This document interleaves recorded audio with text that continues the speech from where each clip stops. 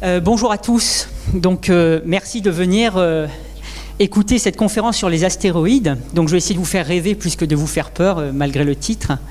En plus, il fait bon ici par rapport à la chaleur, donc ça tombe très très bien d'être à cet endroit. Donc, d'abord, je vais me présenter. Donc, je suis Patrick Michel, je suis directeur de recherche au CNRS et le responsable du groupe de l'équipe de planétologie à l'Observatoire de la Côte d'Azur. Je vais vous en dire un petit mot après. Pourquoi aujourd'hui cette conférence? Alors j'en donne régulièrement, mais aujourd'hui c'est un jour spécial parce que c'est ce qu'on appelle le Asteroid Day, le jour des astéroïdes.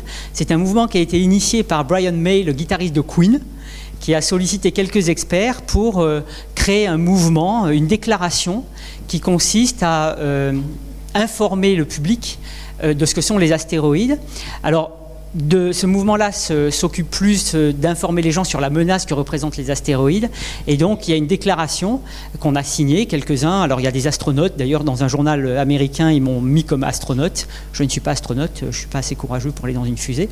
Mais, et en gros, l'idée, c'est une déclaration pour dire, voilà, il faut augmenter le nombre de découvertes de ces objets potentiellement dangereux pour pouvoir s'en protéger. Donc Brian May, guitariste de Queen, évidemment, qui est connu pour sa musique, évidemment ça fait beaucoup de bruit, surtout à l'étranger. Et puis il y a eu, bon, comme je vous le disais, beaucoup d'astronautes qui ont signé la déclaration. Et moi j'ai signé aussi, mais en me disant que c'était une occasion aussi de montrer aux gens que les astéroïdes ne sont pas nécessairement nos amis, nos ennemis, ils sont aussi nos amis. Et l'objet de ma conférence, c'est justement de vous montrer l'ensemble des attraits qu'ont les astéroïdes, enfin que les scientifiques ont pour les astéroïdes, pourquoi est-ce qu'on les étudie, et pas seulement pour s'en protéger, même s'ils comportent un risque. Alors avant ça, je vais vous présenter d'abord l'Observatoire de la Côte d'Azur que vous connaissez probablement puisqu'on le voit depuis beaucoup de zones de Nice et notamment ce dimanche puisqu'il y a eu un feu aux alentours, vous avez pu voir les Canadaires. C'était pas loin de l'Observatoire, donc c'est une coupole qui a été faite par Eiffel qui a fait la tour Eiffel et le bas a été fait par Garnier qui a fait l'Opéra Garnier, donc c'est un bâtiment historique et artistique. La coupole pèse 90 tonnes et en fait Eiffel avait conçu le système pour pouvoir la faire tourner, sachant que 90 tonnes à l'époque, on n'avait pas d'électronique, on avait des moteurs, tout était mécanique et donc il avait inventé un rail dans lequel on mettait un liquide et la coupole en quelque sorte flottait sur ce rail et pouvait ainsi tourner. Moi, je travaille dans ce bâtiment que vous pouvez voir depuis Nice. Donc, j'ai cette vue-là depuis mon bureau. Donc, c'est effectivement une grande chance de tous les jours être ici. Et je suis donc responsable du groupe de planétologie, qui est un groupe humblement dit, qui est reconnu internationalement. Parce qu'en fait on a des experts mondiaux, pas seulement des petits corps mais aussi de la formation des planètes, de la structure interne des planètes gazeuses comme Jupiter, et aussi ce groupe est à l'origine du modèle de Nice qui est le modèle internationalement reconnu qui explique l'architecture actuelle de notre système solaire et notamment aussi les grands bassins que l'on a sur la Lune. Petite anecdote pour remontrer cette reconnaissance, c'est que je vais beaucoup au Japon et puis un jour dans une université à Kobe, je devais aller voir un professeur dans un autre bâtiment et je vais dans ce bâtiment où je n'étais jamais allé et je passe devant un amphi. Il y avait 400 étudiants japonais. Sur le tableau étaient écrits des équations et puis des phrases en kanji, en caractères japonais. Et le titre était simplement The Nice Model. Donc en fait, le professeur enseignait le modèle de Nice. Alors il a un avantage aussi, c'est qu'en anglais, The Nice Model peut aussi se lire The Nice Model. Donc nécessairement, c'est aussi joli. Voilà, donc c'est un groupe qui s'occupe essentiellement de la formation des planètes et de ce que les petits corps nous apprennent. Et on a aussi, bien sûr, de nombreuses autres équipes reconnues internationalement, que ce soit en cosmologie, en physique stellaire. On est aussi porteur de la mission Gaia qui est partie en décembre 2013 pour cartographier le ciel avec une précision inégalée. Donc c'est vraiment une science de pointe qui se fait à l'observatoire. Et encore, je ne suis pas exhaustif, il y a bien d'autres choses qui se font. Mais aujourd'hui, on va rester dans le système solaire et on va remonter le temps. Donc on va commencer il y a 4,57 milliards d'années. Et en fait, notre système solaire à l'époque, eh bien, c'était un soleil qui est ici, entouré d'un disque de gaz et de poussière. Et ces poussières étaient à l'époque micrométriques, des petites particules, sachant qu'un cheveu, c'est à peu près 30 à 50 microns d'épaisseur. Là, c'était encore moins, des petites particules micrométriques qui évoluaient dans un gaz qui était essentiellement fait d'hydrogène et d'hélium. Et en fait, ce que l'on sait, un peu long à vous expliquer, mais ce que l'on sait, on a des contraintes qui nous disent que Jupiter, qui est la planète la plus grosse, gazeuse, elle s'est formée très rapidement, en moins de 5 à 10 millions d'années, qui est rien par rapport à 4,57 milliards d'années. Et on sait aussi que la Terre s'est formée en moins de 100 millions d'années. Donc on a des contraintes de temps. Et le challenge pour les théoriciens, c'est comment par le calcul, on peut reproduire la formation de notre système solaire avec nos planètes dans les échelles de temps impliquées. Et ça, c'est important pour comprendre aussi ensuite les propriétés de la Terre et ce qui a pu faire éventuellement émerger la vie sur Terre. Et on va voir que les astéroïdes ont beaucoup à nous apprendre. Et tout ça pour finir avec un système solaire fait de 2 types de planètes. C'est très bien hiérarchisé. On a proche du Soleil des planètes essentiellement rocheuses, même si la Terre a 2 tiers d'eau à sa surface, en fait il y a très peu d'eau sur Terre, dans sa totalité en volume. Et donc Mercure, Vénus, la Terre et Mars bien sûr. Et puis plus loin, beaucoup plus loin, ici il y a plus de 5 fois la distance Terre-Soleil, donc la distance Terre-Soleil c'est l'unité astronomique. Et bien à plus de 5 unités astronomiques, on a les planètes gazeuses qui sont donc Jupiter, Saturne et Uranus et Neptune, qui sont ici des géantes de glace et là des planètes quasiment totalement gazeuses. Avec Saturne et ses anneaux. Alors Saturne, on voit bien les anneaux, en fait toutes ont des anneaux qui sont beaucoup plus fins. L'avantage de Saturne, c'est qu'ils sont très étalés, donc on peut les voir, y compris depuis le sol si vous avez un télescope. Cependant, il y a très peu de matière dans ces anneaux, ce sont des petites particules de glace. Et comme je le dis souvent, les anneaux de Saturne, c'est comme le parfum d'une femme. C'est pauvre en masse, mais c'est riche en informations. Et donc, on a donc ces planètes et on essaie de former, donc dans ces temps impliqués, eh bien, le système solaire. Alors, pour vous donner des échelles de taille, parce que je parle de 300 fois la masse de la Terre pour Jupiter, qu'est-ce que c'est ? Alors en fait, voilà une image qui vous montre la taille de la Terre par rapport à Jupiter. Donc la Terre est quand même très petite, 300 fois la masse de la Terre, c'est quand même énorme. Mais il y a encore mieux, parce que si je place le Soleil, alors regardez bien, le Soleil, Jupiter est là. Donc c'est quand même beaucoup plus gros. Mais maintenant, on a aussi d'autres types d'étoiles dans l'univers, des étoiles beaucoup plus grandes, des supergéantes. Et si j'en mets une par rapport au Soleil, donc cette fois-ci la Terre est là, Jupiter est là, le Soleil est là. Et maintenant, je vais mettre Arcturus. Alors Arcturus est là et le Soleil est là. Et Jupiter, c'est un point dans l'image, un pixel. Et la Terre est quasiment invisible. Mais on peut faire mieux. Il y a encore des encore plus grosses étoiles. On va mettre Antares. Donc regardez bien, le Soleil est là. Arcturus est là, et si je mets Antares, Antares est là, et Arcturus il est là. Et Jupiter, et le Soleil, c'est un point dans l'image. Et Jupiter n'existe plus, la Terre non plus. Donc tout ça pour dire que même si dans le système solaire, on a des petites planètes, des grosses planètes, des tout petits corps, comme on va le voir, on a dans l'univers des objets complètement hallucinants en termes de taille, tels que ces objets-là. On va redescendre maintenant dans le système solaire. Et donc, ce que l'on pense, c'est que le scénario qui était à l'origine, ne lisez pas, ça c'est en anglais, c'est qu'au départ, donc, on avait ce gaz et ces poussières qui évoluaient autour du Soleil, et petit à petit, ces poussières rentraient en collision les unes avec les autres à des vitesses relativement lentes parce qu'elles étaient freinées par le gaz. Et en fait, à cause des forces électrostatiques, comme l'électricité statique, quand vous frottez vos cheveux et vous faites coller les petits papiers, et bien grâce à ça, ces petites poussières s'aggloméraient et formaient des objets de plus en plus gros. Ça passait de stades de planétésimaux de quelques kilomètres, puis à des embryons planétaires de la taille de la Lune ou de Mars. Et pour certains d'entre eux, eh bien, ça formait des planètes. Et les plus petits, qui sont restés là, les astéroïdes et les comètes, eh bien, ce sont finalement les restes des briques qui ont formé ce système solaire, qui est maintenant composé de ces 8 planètes, puisque Pluton a été déclassé, vous pourrez me demander pourquoi, mais on a donc ces 8 planètes dont je vous ai parlé, et en plus des tas d'autres petits objets, et finalement, ces petits objets sont les restes des briques qui ont formé les planètes. Ce sont ceux qui n'ont pas eu la chance, alors comme on veut, la chance ou pas la chance, de finir dans une planète.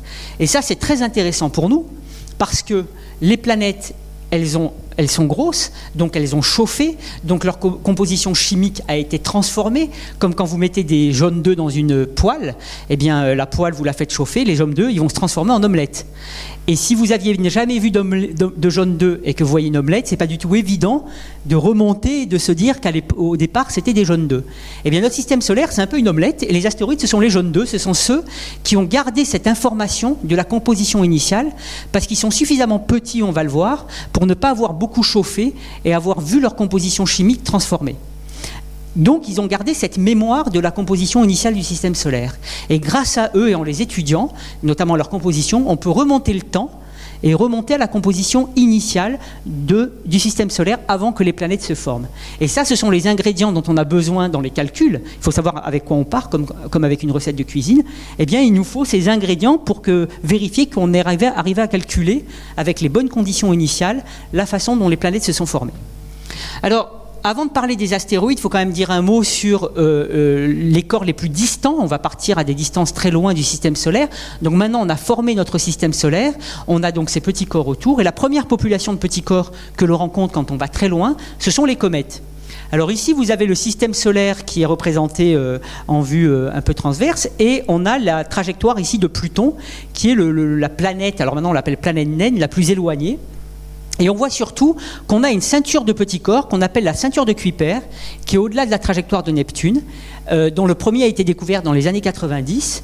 Et c'est une ceinture d'objets cométaires, de glace. Parce qu'en fait, la ligne des neiges, comme on l'appelle, qui est dépendante de la distance au Soleil, plus on va loin du Soleil, plus il fait froid. À partir au-dessous d'une certaine distance, la glace ne peut pas exister en tant que tel parce qu'il fait trop chaud, et au-delà, eh bien, effectivement, l'eau peut condenser et former de la glace. On appelle cette ligne la ligne des glaces, qui est à peu près à la distance de Jupiter. Eh bien, au-delà de cette distance, effectivement, les corps sont plutôt glacés, puisque la glace peut résister. Et encore plus loin, donc ici, vous avez le système solaire, là, il est représenté ici, eh bien, à 50 000 fois la distance de la Terre au Soleil, on a une espèce de coquille qu'on appelle le nuage de Oort, qui est un réservoir de comètes. Alors on ne l'a jamais observé, bien sûr, c'est beaucoup trop loin. Il est déduit de la théorie par Oort, parce qu'en fait, on a ce que vous connaissez peut-être, des comètes à longue période qui passent de temps en temps, ces fameux objets qui ont cette chevelure magnifique qui vient de la sublimation de la glace en gaz à l'approche du Soleil. Eh bien, celles qui ont des périodes plus grandes que 200 ans, c'est-à-dire on les voit qu'une fois, elles viennent de cette petite coquille, qui est donc appelé le nuage de Oort. Et de quelle manière? Eh bien simplement parce que de temps en temps, notre système solaire n'étant pas isolé, il y a une étoile qui passe à proximité, ou alors il y a les marées de la galaxie qui vont secouer cette coquille, et en secouant cette coquille, il y a un corps qui va être déstabilisé et qui va être envoyé dans le système solaire. Et c'est ça qu'on appelle les comètes à longue période. La ceinture de Kuiper, elle fournit les comètes à courte période, qui de temps en temps passent, comme par exemple la comète Chury, qui est actuellement visitée par la sonde Rosetta.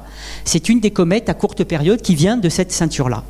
Donc on a déjà, vous voyez, même au niveau des comètes, deux populations. Et il faut savoir, et ça c'est le modèle de Nice qui l'a montré, que les deux populations viennent du même endroit. Elles viennent de cette région, puisque quand les planètes se sont formées, il y a eu des grands mouvements qui ont fait que des objets qui étaient dans cette zone-là ont été expulsés du système solaire et ont formé le nuage de Oort, et d'autres ont été à l'inverse envoyés dans le système solaire interne et ont provoqué notamment les grands bassins lunaires que l'on voit actuellement. Donc on a eu des grands bouleversements au début du système solaire qui ont formé ces deux types de populations. Et plus près de nous, eh bien, on a la ceinture des astéroïdes. Donc ici, cette fois-ci, on a Jupiter qui est montré ici, on a Mars qui est là, et on a la Terre. Et en fait, entre Mars et Jupiter, eh bien, on a une ceinture qu'on appelle la ceinture d'astéroïdes. Et donc, pour des raisons que je vais expliquer, mais qui en fait sont en train de tomber, on avait distingué les astéroïdes et les comètes de cette manière. Une comète, c'est un objet qui est actif, c'est-à-dire quand on le voit, il a cette chevelure parce que la glace se sublime en gaz à l'approche du Soleil, mais elle vient de très loin. Et les astéroïdes, ce sont plutôt des corps rocheux qui n'ont pas d'activité parce que formés très près du Soleil, eh bien, la glace ne résiste pas, donc il n'y a aucune raison qu'ils soient actifs. Donc on a les comètes, c'est toutes les populations qui sont derrière Jupiter, et les astéroïdes, ce sont les populations qui sont devant Jupiter, vers le Soleil. On va voir qu'il y a des choses qui ont changé. Alors en l'occurrence, j'ai un astéroïde qui porte mon nom, c'est l'Union astronomique internationale qui m'a fait cet honneur-là, pour certaines découvertes que j'ai faites. Il n'est pas dangereux celui-là, puisqu'il reste entre Mars et Jupiter tout tranquille. Donc rassurez-vous, je ne serai pas à l'origine de l'impact sur Terre, j'aimerais pas ça. Alors ça, c'est une vue de dessus. Donc c'est la même vue que ce que j'ai montré en 3D, mais là c'est de dessus. Donc cette fois-ci on a Jupiter qui est là et on a Mars qui est ici. Et tous les objets verts, ce sont les astéroïdes de la ceinture principale, donc cette ceinture d'astéroïdes entre Mars et Jupiter qu'on a découvert. On en est à une centaine de milliers. Alors le plus gros s'appelle Cérès, il a été découvert en 1801, on va le voir, puisqu'il y a une sonde qui est en train de le survoler. Il fait 950 km de diamètre, et puis très vite on descend en taille. On estime qu'on a 1 million de corps plus grands que 1 km dans cette ceinture. et on ne les a pas tous découverts, mais d'après nos modèles, il y en a à peu près 1 million, et il y a à peu près 1/1000 de la masse de la Terre. Donc il n'y a pas beaucoup de masse dans cette ceinture. Et c'est d'ailleurs trompeur, parce qu'évidemment, quand on voit ce diagramme, on a l'impression que c'est surpeuplé. Mais si j'étais comme dans la guerre des étoiles Han Solo dans mon Faucon Millennium, eh bien je traverserais la ceinture entre Mars et Jupiter sans même regarder et sans avoir à tirer ou à jouer à cache-cache, parce qu'en fait, même s'ils sont nombreux, ils sont petits dans un espace qui est infiniment grand. Donc la probabilité d'en rencontrer un en y allant au hasard est quasi nulle, et c'est heureux parce qu'en fait on envoie des sondes pour rendre visite à Jupiter ou à Saturne, et heureusement qu'elles n'ont pas à jouer à cache-cache avec les astéroïdes pour pouvoir atteindre leur destination. Et au contraire, on le verra plus tard, il faut jouer avec toutes les lois de la mécanique céleste pour être capable, en partant de la Terre, d'atteindre un astéroïde, comme on le fait quand on va rendre une visite ou même en récolter des échantillons. Mais on le verra plus tard. Donc faut faire attention avec ce genre de diagramme. Simplement, ils sont quand même nombreux, ils subissent des collisions, on va le voir, qui ont une certaine importance. Alors, pour vous dire, il y a eu des découvertes très récentes qui ont montré que, en fait, il y a une grande partie des choses qu'on ne comprend toujours pas, puisqu'en fait, on a découvert des astéroïdes qui sont actifs. Rappelez-vous, je vous disais que les comètes, ce sont les objets qui ont de la glace, donc ils ont une activité, et les astéroïdes, ce sont des objets, des purs rochers, tout simples, et c'est comme ça qu'on faisait la distinction sur la base des propriétés physiques. Eh bien, récemment, et ça c'est tout récent, on a découvert des astéroïdes actifs. Et ceci vous montre des images qui ressemblent d'ailleurs à ce qu'on voit quand on voit une comète, des objets qui ont une sorte de chevelure. Alors on ne sait pas si c'est du dégazage, on ne sait pas si c'est de la poussière émise par des collisions. Il y a encore plusieurs hypothèses là-dessus, parce que ce sont des observations qu'on fait depuis le sol qui sont extrêmement dures à interpréter. Mais en tout cas, l'image qu'on avait des astéroïdes, plutôt des objets passifs, tranquilles, qui donnent aucun signe d'activité, est remis en cause. Et encore mieux, on a, grâce au télescope spatial Herschel de l'Agence spatiale européenne, détecté de la vapeur d'eau autour de l'astéroïde Cérès, et vous allez en voir une image très bientôt. Et ça, effectivement, du coup, ça bouleverse nos connaissances, parce qu'en principe, la glace n'est pas stable à une distance inférieure à Jupiter, et pour qu'il y ait de la vapeur d'eau, ça veut dire qu'il y a de l'évaporation d'une glace qui provient de Cérès. Donc il est possible que cet objet, on va voir des images, contienne de la glace en sous-surface. Et l'hypothèse favorisée, c'est que, évidemment, tous ces objets subissent des impacts et ils sont peuplés de cratères. Et parfois, peut-être qu'un impact peut révéler de la glace qui est en sous-surface et du coup, elle s'évapore et ça crée du dégazage. Et ça montre et ça confirme le modèle de Nice qui dit qu'il y a eu un grand chamboulement planétaire dans les débuts du système solaire parce que les planètes ont bougé, elles ont migré. Alors, je pourrais faire toute une conférence là-dessus. Mais en migrant, eh bien, elles ont fait migrer des corps qui étaient riches en glace dans le système solaire interne, et peut-être que Cérès est l'un d'entre eux. Parce que maintenant, il est impossible de capturer dans la ceinture des astéroïdes une comète. Parce que dans la ceinture des astéroïdes, comme vous l'avez vu sur le diagramme, ils ont des trajectoires circulaires entre Mars et Jupiter.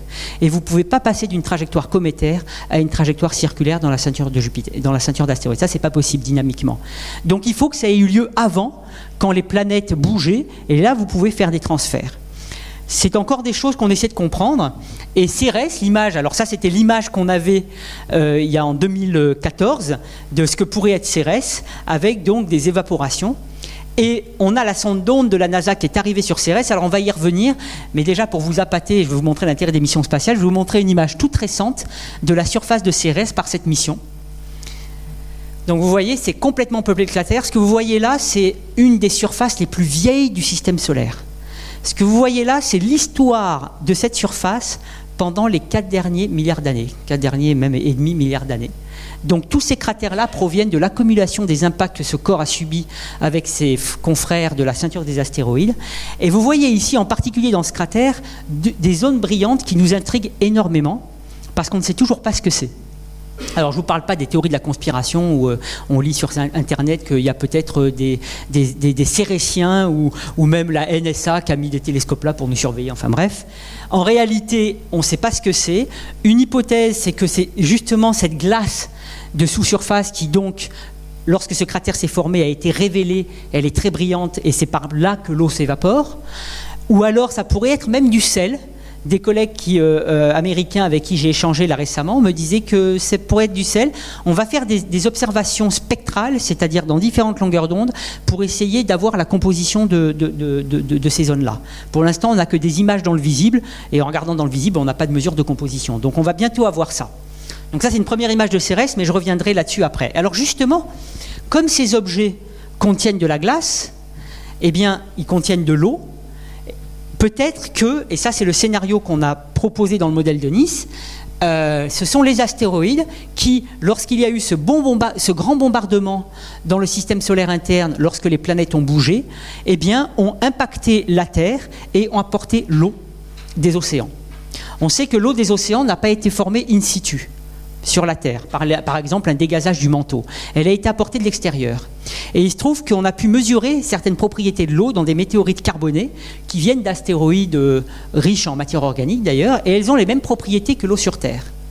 Et en plus, on a montré par le calcul qu'effectivement, lorsque les planètes ont bougé il y a 4 milliards d'années, eh bien, il y a eu un grand bombardement qui a fait les bassins sur la Lune, comme je vous le disais, et en plus, qui a pu apporter suffisamment de matériaux pour former l'eau sur Terre. Et ça, c'est très intéressant, surtout que, on le reverra par la suite, certains astéroïdes ont aussi de la matière organique. Et la matière organique, ce sont les briques du vivant. Alors bien sûr, on ne passe pas simplement de la matière organique au vivant, on ne sait toujours pas d'ailleurs comment on fait, mais disons qu'un scénario qui commence à se dégager, c'est que peut-être que les astéroïdes ont apporté tous les ingrédients qui ont permis à la vie d'émerger. Et on verra vers la fin qu'on a actuellement lancé des missions de retour d'échantillons d'astéroïdes qui ont pour but de ramener des échantillons d'astéroïdes carbonés pour pouvoir analyser la structure de cette matière organique qu'ils contiennent et pour pouvoir vérifier avec les biologistes par exemple si cette matière est compatible avec les éléments qu'on appelle prébiotiques qui sont les éléments nécessaires à la vie. Donc on voit déjà le premier avantage des astéroïdes, c'est que si certains nous menacent maintenant, et on y reviendra bien sûr, à l'origine c'est peut-être grâce à eux qu'on est là. C'est quelque chose qu'on cherche à vérifier. Et c'est pour ça que j'appelle les astéroïdes l'ADN du système solaire. Parce qu'en fait, ils contiennent disons le côté génétique de la formation des planètes. Ce sont eux les dernières briques que l'on a pour comprendre quelle a été la composition de cette nébuleuse solaire dans laquelle les planètes sont formées, pour comprendre comment l'eau a pu potentiellement arriver sur Terre, et pour comprendre aussi comment est-ce que toute cette matière organique qui était présente dès l'origine a pu éventuellement, avec l'eau, contribuer à faire émerger la vie. Et ça, c'est extrêmement intéressant. En plus, deuxième avantage, c'est qu'en étudiant la surface des astéroïdes par des missions spatiales, ça nous permet d'interpréter les observations à distance, parce que comme vous allez le voir, depuis le sol, on a malheureusement accès à peu d'informations. Et ce qu'on voudrait, c'est pouvoir faire le lien entre ce que l'on observe à distance et l'observation in situ. Ça, c'est très important. Ça nous permet aussi de comprendre la géologie de surface de ces petits corps.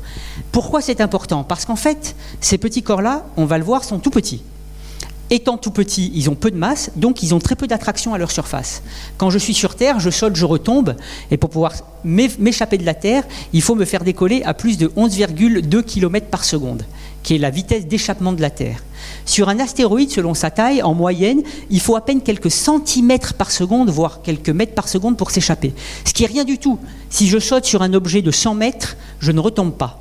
Donc évidemment, le comportement à la surface est complètement différent du comportement sur Terre, même si ce sont les mêmes lois. Et quand on envoie des missions spatiales pour, par exemple, se poser à la surface d'un astéroïde, pour éventuellement creuser, comme essayer de le faire Philae sur la comète Chury, eh bien, il faut comprendre comment réagit la matière en si peu de gravité. Parce que, par exemple, si vous voulez creuser dans un astéroïde, il y a tellement peu de gravité, d'attraction, que si vous creusez sans vous attacher, vous redécollez. Parce qu'en poussant, ben évidemment, action-réaction, vous redécollez. Sur Terre, on pousse, on reste parce qu'on est plus attiré que la force qu'on fait pour pousser. Mais sur un astéroïde, le simple fait de vouloir creuser, hop, on redécolle. Donc il faut s'ancrer. Et comment on s'ancre? Voilà toutes les questions que l'on a. Parce que déjà, ça dépend de l'état de surface, et ça dépend encore une fois de notre compréhension de cette physique en absence de gravité.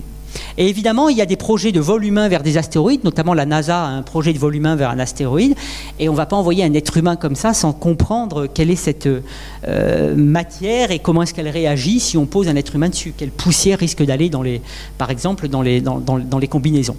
Et évidemment, c'est important pour définir des stratégies efficaces pour se protéger d'un impact. Parce que, comme on va le voir tout à l'heure, on a un projet, j'en suis responsable scientifique, de test de déviation d'astéroïdes par un impact, et la réaction de l'objet va être complètement différente si c'est une barre métallique ou une éponge. Si vous tapez dans une éponge ou dans une barre métallique, vous n'aurez pas la même réponse. Donc c'est aussi important de comprendre leurs propriétés physiques à cause de ça. Les impacts sont quelque chose de fondamental, parce qu'en fait, c'est l'un des phénomènes qui a eu le plus grand rôle dans l'histoire de notre système solaire. Comme je vous l'ai dit tout à l'heure, les planètes ont été formées par agglomération mais donc par impact de petites matières qui ont petit à petit formé des planètes. Et maintenant, on est dans une phase destructrice où on voit des cratères de partout. Et effectivement, la première collision majeure qui a eu lieu, la première trace d'impact, c'est la formation de la Lune. Donc, comme vous le savez, on est allé sur la Lune en 1969. Là, vous voyez Buzz Aldrin avec moi à Saint-Tropez. On avait fait une conférence à l'occasion du 40e année après le premier homme sur la Lune. En 2009, c'était avec Claudie Agneri et quelques astronautes. Et en fait, la Lune est la première trace de collision dans le système solaire, puisqu'on a pu resimuler le scénario à l'origine de ce satellite de la Terre. Donc en fait, il était déjà envisagé, le système Terre-Lune a plusieurs propriétés qui sont extrêmement dures à expliquer avec un seul scénario. Et le seul scénario qui marche, parce qu'il y en avait plusieurs, c'est en fait l'impact d'un objet avec la Terre, d'un gros objet à peu près de la taille de Mars, et qui aurait arraché une partie de la Terre, ça aurait formé un disque de débris, et ce disque de débris, sous sa propre gravité, se serait raccumulé pour former la Lune au final. Alors ça, c'était une vue d'artiste. Mais ce que je vais vous montrer maintenant, c'est une simulation numérique, puisqu'on a réussi à reproduire ce scénario et donc à le valider quelque part. Donc ce que vous allez voir là, c'est en fait le résultat d'une simulation numérique. Donc tout mouvement que vous voyez provient du calcul de la physique mise en jeu dans ce problème. Ce sont des simulations extrêmement complexes qui prennent plusieurs mois de calcul sur les ordinateurs. En général, on utilise d'ailleurs 1 millier d'ordinateurs pour se partager l'effort. Et là, vous allez voir, la seule chose qui est trichée, c'est évidemment le fond, qui est un fond de ciel pour que ça fasse vrai. Mais c'est une simulation. Et vous voyez le temps s'écouler. Et là, vous voyez un objet de la taille de Mars taper la Terre. Donc tout est calculé ici. La Terre est complètement fondue. Vous voyez qu'elle réagit comme un liquide à cause de l'échauffement dû à l'impact. Et vous voyez qu'une partie de l'impacteur continue à évoluer et à se mettre en orbite autour de la Terre, avec un mélange du matériau terrestre. Alors la simulation est assez longue, donc je ne vais pas aller jusqu'au bout, mais en gros, vous voyez, ça vous montre qu'on a réussi à simuler ça par le calcul. Et comme je dis aux jeunes, faites des maths, de la physique et de l'informatique, parce que vous pouvez vous amuser à former la Lune après, ce qui est quand même intéressant. Et l'avantage aussi de la Lune, c'est qu'elle est le meilleur témoin des impacts durant les 4 derniers milliards d'années. Pourquoi ? Parce qu'en fait, la Terre, elle est peuplée elle est recouverte de 2 tiers d'eau et de beaucoup de déserts. Et on a la tectonique des plaques, on a l'érosion, on a des vents, et donc les cratères s'effacent au cours du temps. La Lune, elle a cet avantage, c'est que c'est un objet passif, il n'y a pas de tectonique, il n'y a plus de volcanisme, donc les cratères restent tels qu'ils sont. Et en observant la Lune, on peut ainsi avoir le témoignage de tout ce qui s'est passé dans le système solaire interne, parce qu'en fait, ce qui s'est passé sur la Lune, s'est passé sur toutes les planètes telluriques. C'est les mêmes impacteurs qui impactent les planètes. Et c'est comme ça qu'on a pu calculer des fréquences d'impact avec les planètes, et on y reviendra plus tard. Donc ça, c'est un avantage. L'autre avantage un peu plus philosophique, c'est que l'axe de rotation de la Terre est légèrement incliné par rapport au plan de sa trajectoire autour du Soleil, en l'occurrence de 23 degrés, et même il tourne comme une toupie, il précesse sur lui-même, et ça c'est grâce à la Lune. Si on enlève la Lune, l'axe de rotation de la Terre évolue de manière complètement chaotique. Et donc on n'aurait plus nos saisons, qui sont aussi des choses, et nos climats qui sont essentiels pour que la vie humaine apparaisse. Donc philosophiquement, c'est intéressant de se dire qu'il a fallu un impact un peu aléatoire. Cet impact n'avait pas lieu d'être d'un objet de la taille de Mars avec la Terre pour faire la Lune. Et il a fallu ça pour que finalement les conditions favorables à la vie apparaissent. Voilà, je vous laisse méditer là-dessus. Et alors, quelle est cette population d'impacteurs, justement ? Donc ici, c'est encore une fois, tous les points verts que je vous montrais tout à l'heure entre Mars et Jupiter sont maintenant ces points jaunes. Pardonnez-moi pour les différences de diagramme, d'ailleurs. Ici, vous avez la Terre, qui est ici, vous avez Mars, et vous avez Jupiter. Donc on se retrouve avec la ceinture des astéroïdes, qui est ici. Mais maintenant, ce que vous voyez sur ce diagramme, ce sont des trajectoires qu'on appelle elliptiques, c'est-à-dire allongées par rapport à un cercle. Et ces trajectoires, même si elles passent une partie du temps dans la ceinture, eh bien, comme elles sont allongées, elles croisent la trajectoire de la Terre. Et ce sont ces objets qu'on appelle les géocroiseurs, qui sont ces objets potentiellement dangereux. La plupart d'entre eux, et ça on l'a montré aussi à Nice, proviennent de la ceinture des astéroïdes, dans lesquelles se produisent des collisions entre astéroïdes. Ces collisions génèrent des fragments, et ces fragments sont envoyés sur des routes instables qui les font passer de trajectoires circulaires en trajectoires allongées en à peine quelques millions d'années. Donc c'est en quelque sorte ces géocroiseurs une sous-population de la ceinture des astéroïdes qui présente donc un avantage. Il y a toujours comme dans le yin et le yang. Alors l'avantage des géocroiseurs, c'est que comme ils viennent près de la Terre, et qu'ils viennent de la ceinture des astéroïdes, eh bien pour les missions spatiales, c'est super, parce que c'est moins coûteux à atteindre, et en plus on sait qu'on a accès à un matériau qui est représentatif de ce qu'il y a entre Mars et Jupiter sans avoir à y aller. Donc ça, c'est un avantage. Évidemment, l'inconvénient, c'est comme ils passent près de nous, ils peuvent nous tomber dessus. Et donc, on a 1000 corps qui sont plus grands que 1 km de diamètre dans cette ceinture. 1 km, c'est le seuil de catastrophe globale. C'est-à-dire qu'un objet de 1 km de diamètre qui tombe sur Terre, on estime que ça aura des effets de toute façon globaux à l'échelle de la Terre, peu importe où il tombe. Et même, selon certaines estimations, ça pourrait faire disparaître 25% des espèces vivantes. Ce type d'objet tombe sur Terre tous les 500 000 ans à 1 million d'années. Et il n'y en a aucun qui nous menace dans les 90% qu'on a recensés, à court terme en tout cas. Je vous expliquerai tout à l'heure qu'on a des problèmes pour prédire ce qui se passe à plus long terme, comme en météo, on est prédictif à 5 jours, parfois moins d'ailleurs. Pour les astéroïdes, on est prédictif dans les calculs à 20 ans, voire 100 ans pour les plus stables. Après, malheureusement, les erreurs s'accumulent dans les calculs et on ne peut plus prédire où ils vont. D'où l'importance de les découvrir, mais aussi de les suivre pour affiner les prédictions et les prolonger. Donc il y a 1000 corps plus grands que 1 km, il y a à peu près une dizaine de milliers de corps plus grands que 300 mètres. 300 mètres, alors 200-300 mètres, c'est le seuil de catastrophe régionale. Donc un corps qui tombe sur Terre qui fait 200-300 mètres, ça fait des dégâts au moins à l'échelle d'un pays, voire à l'échelle d'un continent, selon l'énergie d'impact. Et puis plus on descend en taille, plus c'est fréquent. Donc les objets de 300 mètres, c'est tous les quelques dizaines de milliers d'années. Après, quand on descend en taille, c'est plus fréquent, mais ça fait moins de dégâts. On verra tout à l'heure quand même que ça peut en faire. Et on estime en gros qu'il y a entre 10 000 et 100 000 tonnes de matériaux qui rentrent dans l'atmosphère par an. Donc la Terre grossit de 10 000 à 100 000 tonnes par an, mais c'est rien par rapport à la masse totale de la Terre. Donc ça, ce sont les géocroiseurs. Et pour vous montrer encore un autre diagramme, donc là c'est toujours Jupiter, ça c'est Mars, et là vous voyez tous les points, tous les trajectoires bleues, ce sont les trajectoires de tous les objets potentiellement dangereux qu'on a recensés. Et évidemment, c'est un peu problématique parce qu'on voit qu'ils n'ont pas tous la même trajectoire, ça serait trop simple. En fait, ils sont très sensibles au passage près des planètes qui modifient leur trajectoire, et comme ils passent tous avec des orientations différentes, ben nécessairement le résultat est différent pour les uns et les autres, donc ils ont des trajectoires complètement diverses et variées, et il faut les suivre et calculer ce qui se passe, toutes les perturbations avec les planètes pour savoir où ils vont aller. Alors ça, c'est au niveau de la découverte, et justement le mouvement Asteroid Day a pour but de dire, bon, écoutez, ce risque naturel, et on va le revoir, existe. Certes, il est peu probable pour des trucs très gros, puisqu'on a quand même des échelles, des fréquences d'impact qui sont relativement longues, pas fréquentes, j'allais dire, mais c'est le seul qu'on peut éviter par rapport, par exemple, au tsunami, au tremblement de terre, où au mieux, on peut prédire que ça va arriver si on a les bonnes sondes, la combée dans l'eau pour les tsunamis, mais on ne peut pas l'éviter, on peut se protéger à la limite. Alors qu'un astéroïde, les astéroïdes, on pourrait tous les recenser en principe, en tout cas tous ceux plus grands qu'une certaine taille, les suivre. Et puis, pour s'en protéger, je viendrai après, on peut préparer des missions spatiales pour tester notre aptitude à les dévier. Et ça, c'est le message de cette déclaration astéroïdée, c'est dire, bon ben voilà, on a un problème qui est réel, mais qu'on peut résoudre. Alors, on va voir comment on peut le résoudre. Mais pour ça, il nous faut une connaissance de leurs propriétés physiques, comme je vous le disais. Et le problème qu'on a, c'est que depuis le sol, voilà ce que laisse un astéroïde quand vous le regardez au télescope. En gros, les étoiles sont fixes sur la sphère céleste, et l'astéroïde, comme il passe plus près de nous, eh bien, il bouge quand vous le regardez et il laisse une petite traînée.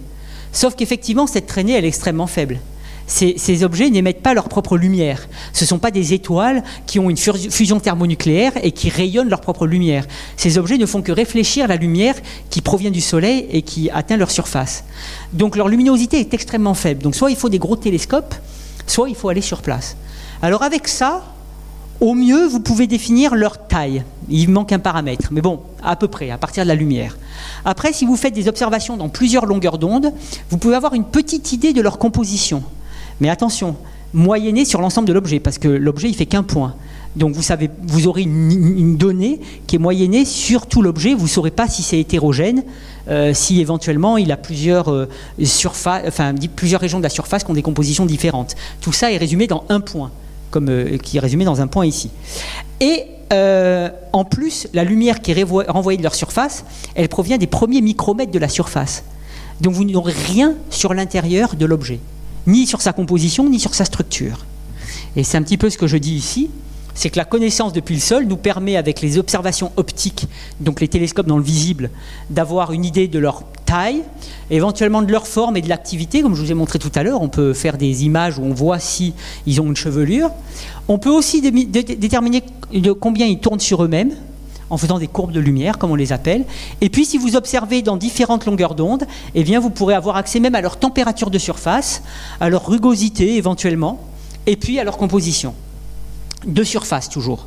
Mais rien sur les propriétés détaillées de la surface. Est-ce que c'est du sable? Est-ce que c'est des cailloux? Est-ce que c'est de la roche dure? Sur la structure interne, est-ce que c'est des corps monolithiques, un caillou compact, ou alors est-ce que c'est un agrégat, des grumeaux? Rien de tout ça. Et rien évidemment sur la composition détaillée. Et j'espère vous avoir convaincu que c'est important d'avoir ces connaissances-là pour tous les problèmes qui nous occupent. Alors donc, au mieux, ce qu'on fait, c'est qu'on essaie seulement de prédire quelle peut être leur composition et leur structure à partir de modèles numériques, en sous-entendu qu'on a compris la physique est mise en jeu dans leurs évolutions durant les 4 derniers milliards d'années. Et évidemment, comme tout modèle, moi je suis théoricien, il peut être complètement faux et faire des belles images et des beaux films. Donc il est extrêmement important de pouvoir valider ces modèles avec une réalité. Alors soit une expérience en laboratoire, mais pour un astéroïde, on ne peut pas faire d'expérience en laboratoire, donc avec des missions spatiales qui vont nous donner accès aux informations auxquelles on n'a pas accès au sol et vérifier si effectivement ce qu'on avait prédit est exact. Alors au niveau des missions spatiales, qui sont donc incontournables pour avoir les missions détaillées sur les astéroïdes, on en a eu plusieurs, on a été relativement chanceux, puisqu'on a eu la mission NIR de la NASA, qui s'est mise en orbite autour de l'astéroïde Eros, qui est le deuxième plus gros géocroiseur, 23 km de long, qui a été découvert à Nice d'ailleurs en 1898 et aussi à Berlin en parallèle. On a la mission Hayabusa qui a récolté un échantillon, et je vais vous raconter cette aventure parce que ça a été absolument délirant et j'ai eu la chance d'en faire partie. On a la mission Dawn qui est actuellement autour de Cérès et qui a visité le deuxième plus gros astéroïde en 2011, Vesta, qui fait 500 km de diamètre. Et on a des missions en projet de retour d'échantillons, dont une qui a été lancée, et puis de tests de déviation d'astéroïdes. Donc on va parcourir en quelques dizaines de minutes tout ceci, en commençant par les images que l'on a reçues d'astéroïdes. Donc tout ça vous montre toutes les images qu'on avait reçues d'astéroïdes jusqu'en 2010. Le plus gros était à l'époque Lutetia, 100 km de diamètre, qui avait été survolé par la mission Rosetta avant de rejoindre sa comète Chury. En général, on s'arrange quand on envoie des missions spatiales d'exploration du système solaire pour passer à côté d'un astéroïde. Il faut calculer finement, mais on sait faire ces calculs-là. Comme ça, on sait que même si on ne fait qu'une image, on apprend toujours énormément de choses.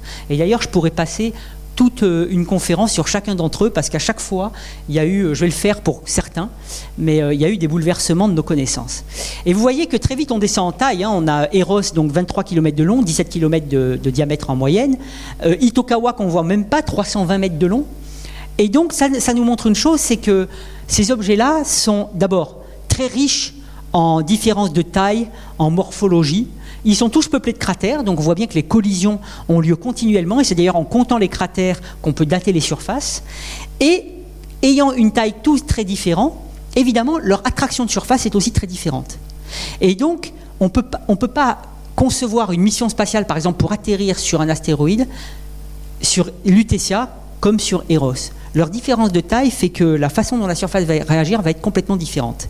Et à chaque fois, c'est un défi, et ça, moi, j'adore ça, c'est quand on va voir un nouvel objet, déjà, on a très peu de connaissances depuis le sol, donc on doit faire des hypothèses, mais après, comment est-ce que, par le calcul, on va réussir à concevoir un engin qui va éventuellement bien s'accommoder, sachant qu'on ne peut pas trop se baser sur l'expérience passée pour un objet beaucoup plus gros.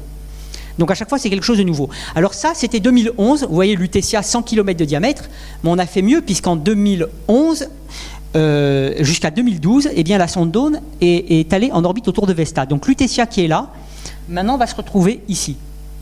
Et Vesta fait 500 km de diamètre.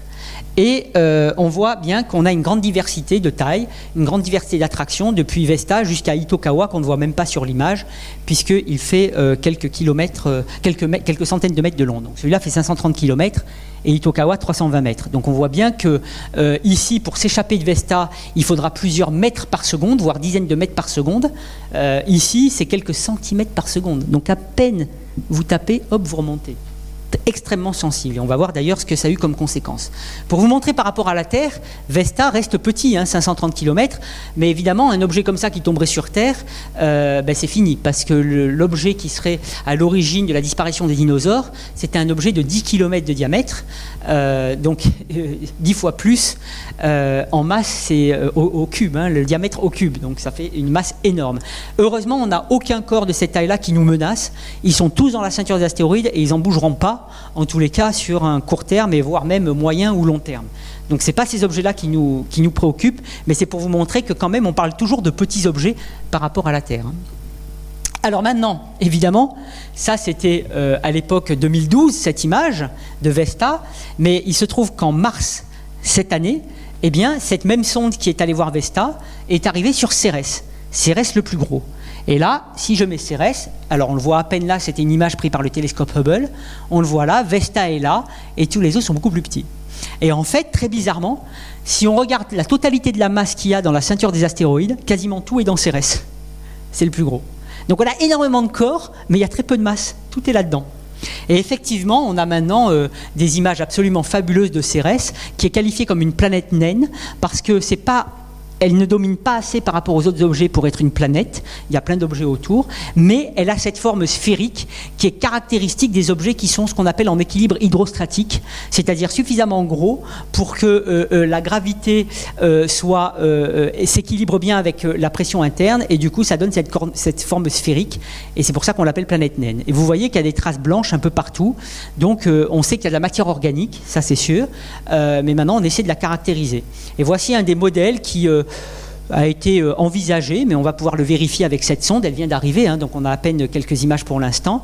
Elle aurait un cœur solide et peut-être un sous-couche de glace d'eau, et puis une petite croûte qui serait une croûte de poussière telle que l'on voit là, avec tous ces cratères. Alors il y a eu un petit film qui a été fait de survol autour de Cérès par la NASA. Je ne vais pas vous le montrer en entier, mais pour vous montrer déjà les images qu'on a récoltées.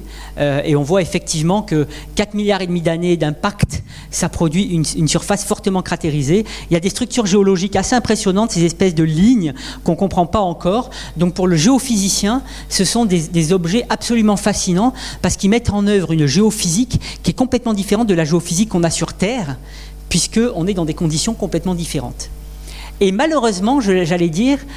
Et ça, j'espère que la mission dont je vous parlerai à la fin va se faire, parce que pour l'instant, il y a des tas de choses qu'on ne comprendra pas tant qu'on n'a pas une mesure directe de la structure interne. Ce qui ne sera pas le cas, malheureusement, avec cette mission. Toutes les missions qui ne font que des observations de la surface nous laissent toujours un peu sur notre faim, parce qu'il y a des tas de choses qu'on voit sur la surface qu'on ne peut pas comprendre sans la structure interne. Il y a une expression qui dit on ne connaît pas le contenu d'un livre simplement en regardant sa couverture. Et vous êtes dans une bibliothèque, ça se porte bien. Et bien c'est la même chose. Avec les astéroïdes, à chaque fois que vous irez les voir, vous apprendrez énormément, mais il y a beaucoup de choses que vous ne comprendrez pas parce que vous n'avez pas accès à l'intérieur. Et ça, c'est un des objectifs qu'on a avec une mission dont je vous parlerai à la fin. Alors on a Vesta que je vais quand même vous montrer. Donc voilà, Vesta, lui il fait 530 km de diamètre, il n'est pas encore assez gros pour être rond.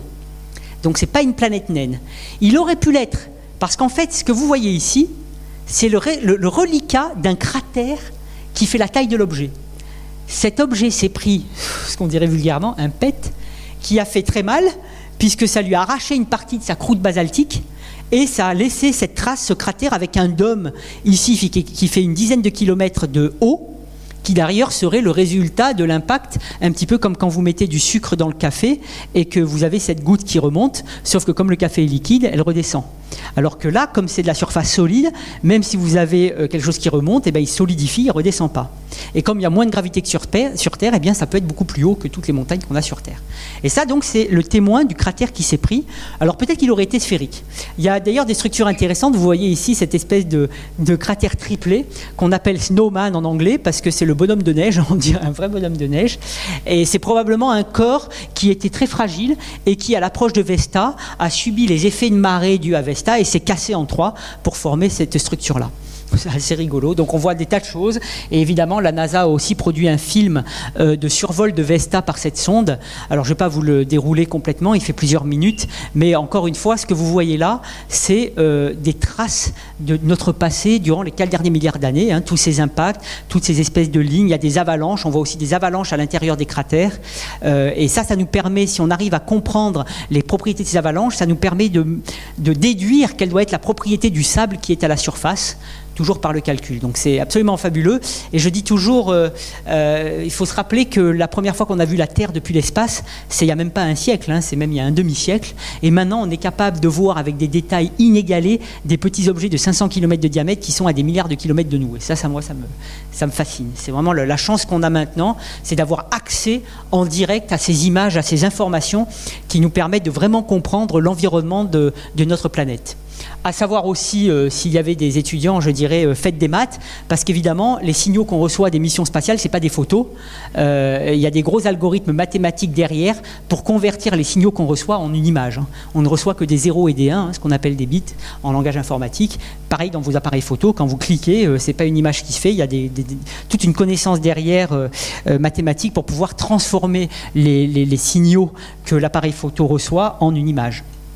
Donc vous voyez ici, on voit des tas de zones assez intéressantes. On voit ici des avalanches. Vous voyez ici, il y a des dégradations. Et en essayant de comprendre les propriétés des avalanches, on comprend ce qu'il y a au-dessous. Alors ça, c'est Vesta. Bon, on va aller en voir quelques-uns. Ceux qui ont aussi des anecdotes derrière. Donc ceci, c'est Mathilde. Il fait 50 km de diamètre. Il est sombre, il est carboné. Donc c'est une sorte de truc noir, hein, un bout de charbon on dirait, très faible réfléchissement, même si l'image semble dire qu'il est clair, mais il est très sombre. Et il est très intéressant parce que c'était en 97 qu'on a eu cette image, prise par la mission NIR qui allait vers Eros. Et vous voyez ici un gros cratère qui fait 20 km et il y en a un aussi au-dessus. Et en fait ce corps a 5 cratères plus grands que 20 km sur sa surface. Et ça c'est quelque chose qu'à l'époque on ne comprenait pas.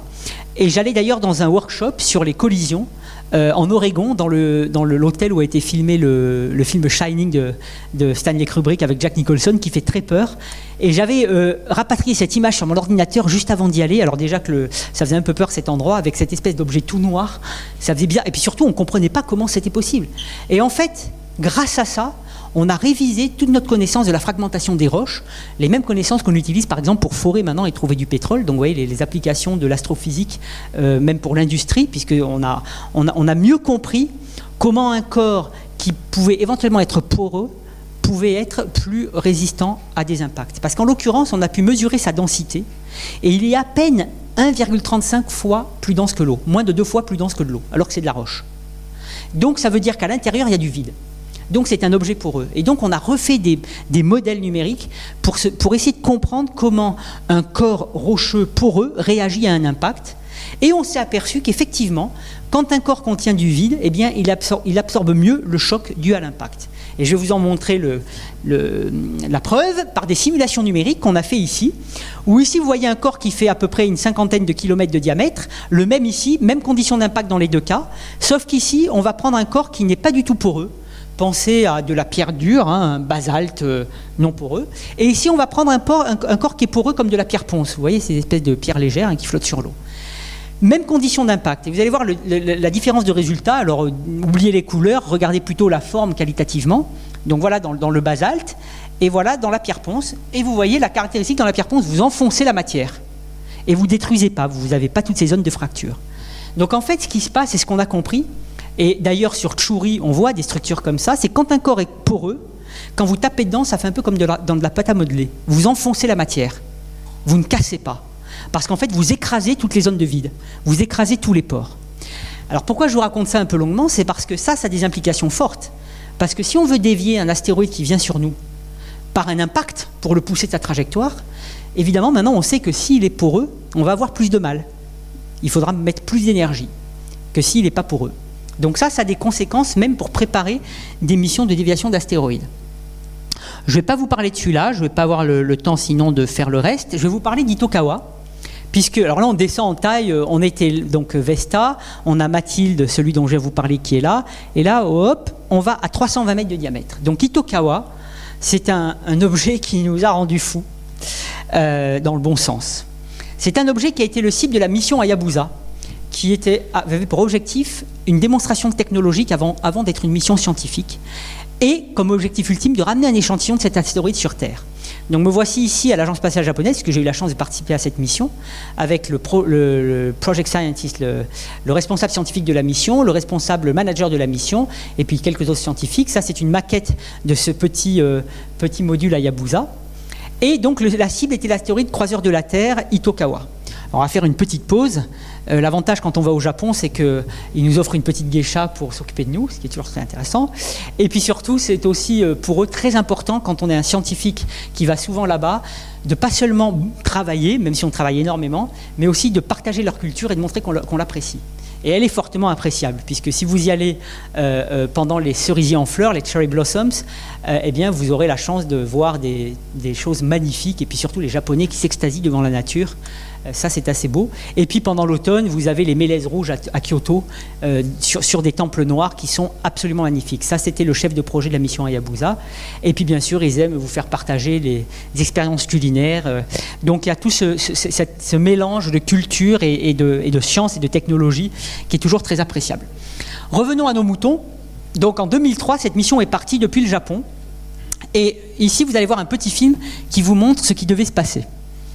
Donc, comme je vous l'ai dit, c'était une mission de démonstration technologique avant d'être une mission scientifique.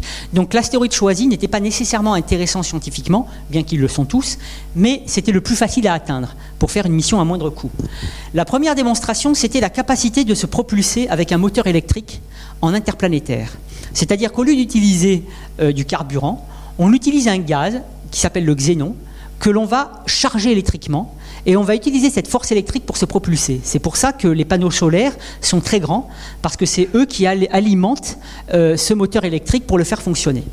La deuxième démonstration technologique, c'était la capacité d'utiliser l'attraction de la Terre pour s'accélérer. Ça coûte trop cher quand on part de la Terre pour aller directement vers un objet. Donc ce qu'on fait, on est malin, on joue avec les lois de la mécanique céleste pour faire un tour autour de la Terre, et l'attraction de la Terre va nous accélérer, elle va nous renvoyer plus loin dans l'espace. On appelle ça la fronde gravitationnelle. Troisième démonstration technologique, c'était la capacité de s'approcher d'un objet de façon autonome, en s'auto-guidant, sachant qu'on ne connaissait pas la forme de l'objet. Donc dès qu'il arrive avec un laser, il fait un calcul sur site de la forme de l'objet. Donc là, il est en train de la calculer pour pouvoir s'approcher, parce que cet objet est tellement peu massif qu'il n'attire pas la sonde. Quand on va sur Mars, à un moment donné, on est attiré par Mars, on n'a même pas besoin de se guider, mais lui, il ne nous attire pas, donc il faut vraiment comprendre quelle est sa forme pour s'approcher doucement, déposer ensuite des marqueurs pour pouvoir ensuite se positionner et voir où on est. Et donc ça, c'était cette démonstration technologique d'approcher. La troisième démonstration technologique, si je compte bien, non, quatrième, c'était de pouvoir déposer des petits robots, des rovers, qui allaient pouvoir prendre des images in situ. L'autre démonstration technologique, c'était de prendre un échantillon. Et pour prendre un échantillon, l'idée, c'était de s'approcher et en 5 secondes, je vais vous dire pourquoi, tirer un petit projectile à la surface, tout petit, 3 mm, récolter les éjectats qui vont dans une capsule. Une fois placés dans la capsule, on remonte. Et la dernière démonstration technologique, c'était de faire rentrer la capsule dans l'atmosphère terrestre, sachant qu'on arrive à plusieurs dizaines de milliers de kilomètres/heure avec des parachutes, donc il faut qu'elle soit protégée avec un bouclier thermique pour pouvoir atteindre la Terre. Pourquoi est-ce qu'il fallait faire ça en 5 secondes, la récolte d'échantillons? C'est parce qu'un astéroïde, il n'y a pas d'atmosphère. Donc, quand vous êtes exposé au Soleil, la surface est extrêmement chaude parce qu'il n'y a pas de convection, donc elle ne s'en va pas. Il peut faire 800 degrés. Donc, si le satellite se pose, il va cramer. Et en plus, comme il a des panneaux solaires qui alimentent ces moteurs électriques, sachant qu'il y a peu de gravité, d'attraction sur cet objet, il peut y avoir des rochers qui bougent, c'est très instable et on ne veut surtout pas perturber les panneaux solaires. Donc l'idée, c'était, hop, je descends, je tombe, je tire mon projectile et je remonte. Et après, je m'en vais. Donc ça, c'est ce qu'on avait prévu. Alors, évidemment, dans le spatial, tout ne se passe pas comme on le veut. Déjà, le premier mois après le départ de la sonde, il y a eu une éruption solaire qui a été la plus grande dans toute l'histoire qu'on ait connue. Et ça a cramé la moitié des panneaux solaires, ça lui a enlevé un axe d'orientation et ça lui a cassé un des 4 moteurs électriques. Donc déjà, au bout d'un mois, il était déjà borgne et un peu cul-de-jatte, déplacé un peu mal. Ensuite, il y a eu d'autres péripéties, mais je suis obligé d'aller un peu vite. Voilà, les premières images qu'on a reçues, c'était en septembre 2005, c'est il y a 10 ans, l'impression que c'était hier. Parce que ça, alors c'est marrant parce que quand vous êtes dans une salle d'opération et que vous voyez ce genre d'image, il y a les deux cultures, il y a les ingénieurs et les chercheurs. Le chercheur, moi, waouh, c'est génial. Alors là, on s'y attendait pas du tout, qu'est-ce que c'est que ce truc, c'est génial. Et les ingénieurs, oh là là là là là, comment on va s'approcher de ça? Voilà, un peu comme pour la comète Chury, quand on est arrivé sur la comète, c'était hallucinant, on sautait de joie, on disait mais on comprend rien, c'était génial. Par contre pour les ingénieurs, oui, comment on va atterrir là-dessus? Voilà, donc il y a toujours les deux cultures qui sont obligées d'avoir des réactions un peu différentes. Et alors surtout, ce qui nous a surpris, c'est que je ne cesse de vous dire que ces objets n'ont pas de gravité, rien ne tient sur un tel objet. Et là, qu'est-ce qu'on voit? Il n'y a que des rochers. Il y en a de partout. Alors comment vous vous approchez de ça? Et ça, c'était pas du tout prévu. Parce qu'en l'occurrence, si vous faites un cratère sur Itokawa, ça, les calculs, on en a fait, le montrent, tous les éjectats repartent. Il n'y en a aucun qui retombe, il n'y a pas de gravité, donc ils repartent à des vitesses assez grandes. Mais alors, d'où viennent tous ces rochers? Alors maintenant, on a compris. Et vous voyez que je vais vous montrer pourquoi, mais grâce à cette mission-là, on a été obligé de se poser la question, comment est-ce qu'on peut avoir des rochers, autant de rochers à la surface d'un objet qui n'a pas de gravité? Sans cette mission, on ne se serait pas posé cette question, on aurait manqué quelque chose. Donc voilà, ça c'est scientifiquement très intéressant. Pour l'ingénieur, il se dit, où je vais me poser là-dessus? Parce que pour se poser avec les panneaux solaires, avec des rochers, celui-là il fait 50 mètres de diamètre, il s'appelle Yoshinodai. Compliqué. Ici, vous avez la taille de l'objet par rapport à Tokyo, vous avez le mont Fuji là. Donc vous voyez un objet de 540 mètres de long, 320 mètres de moyenne. C'est le genre d'objet qui peut faire une catastrophe régionale, donc à l'échelle d'un pays ou d'un continent s'il tombait sur Terre. Et c'est un objet qui peut tomber sur Terre. On a fait des calculs avec un collègue japonais, mais pas avant quelques millions d'années. Donc on est tranquille. Pour l'instant, il n'est pas sur une route qui nous préoccupe à court terme. Mais revoyons un peu ces rochers, parce que ça c'est quand même bizarre. On pourrait se dire... Bon, peut-être que nos calculs de cratérisation sont faux. Les vitesses qu'on calcule des éjectats est beaucoup plus grande que les vitesses réelles et en fait, ils retombent. Mais le problème, c'est qu'il n'y a même pas de cratère à la surface. Alors, c'est quand même un peu bizarre. D'où viennent ces rochers? Et en fait, on a compris une chose, c'est que ces objets-là, la plupart des astéroïdes, comme je vous le disais, et surtout les géocroiseurs, sont des fragments de corps plus gros qui viennent de la ceinture des astéroïdes et qui ont été envoyés sur des trajectoires instables. Donc on s'est intéressé à savoir qu'est-ce qui se passe quand on détruit un astéroïde dans la ceinture principale. Les fragments, c'est quoi? Alors je vais vous montrer une simulation qui vous montre en fait ce que c'est. Donc ici c'est un objet, j'ai pris un objet là qui fait 25 km de diamètre, imaginez un astéroïde dans la ceinture des astéroïdes, et il rentre en collision avec un petit projectile, ce qui arrive tous les jours dans la ceinture, il y a des tas de petites collisions, et ça la détruit. Et là, ce que vous voyez, les points verts, ce sont les résultats de cette destruction. Ce sont des objets de quelques dizaines de mètres de diamètre qui ont été formés par cette destruction. Mais le processus ne s'arrête pas là. Quand un projectile tape, d'abord il fragmente l'objet en petits fragments de quelques dizaines de mètres de diamètre, mais ces fragments, ils vont s'échapper. Et qu'est-ce qui se passe quand ils s'échappent? Eh bien, c'est ça qu'on a calculé. Et là, vous allez voir les différentes couleurs, ce sont les agrégats qui se forment à l'issue de leur échappement. Puisqu'en fait, même si ces objets partent à des vitesses élevées, la vitesse relative des uns par rapport aux autres est suffisamment faible pour qu'ils se réattirent et qu'ils se réagglomèrent. Et là, vous voyez, ce film est centré sur le plus gros fragment généré, alors qu'on a tout détruit au départ.